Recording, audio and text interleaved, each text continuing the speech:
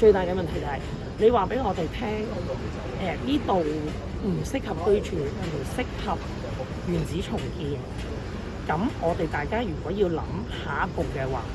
我咩都唔知，我點諗下一步呢？而家你同我講呢度起個公園，咁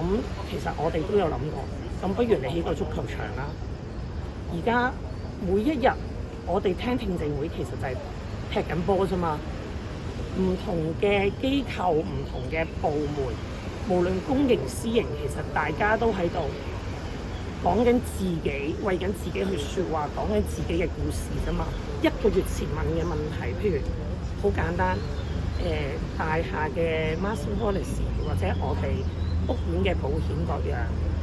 會唔會 refund 翻俾我哋呢？定還是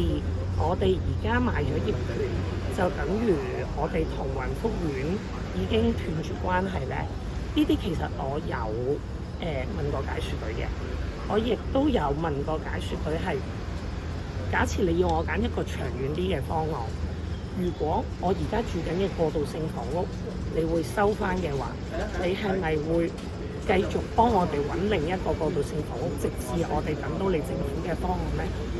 現階段其實好多嘢都係佢哋答唔到，都係未知之數。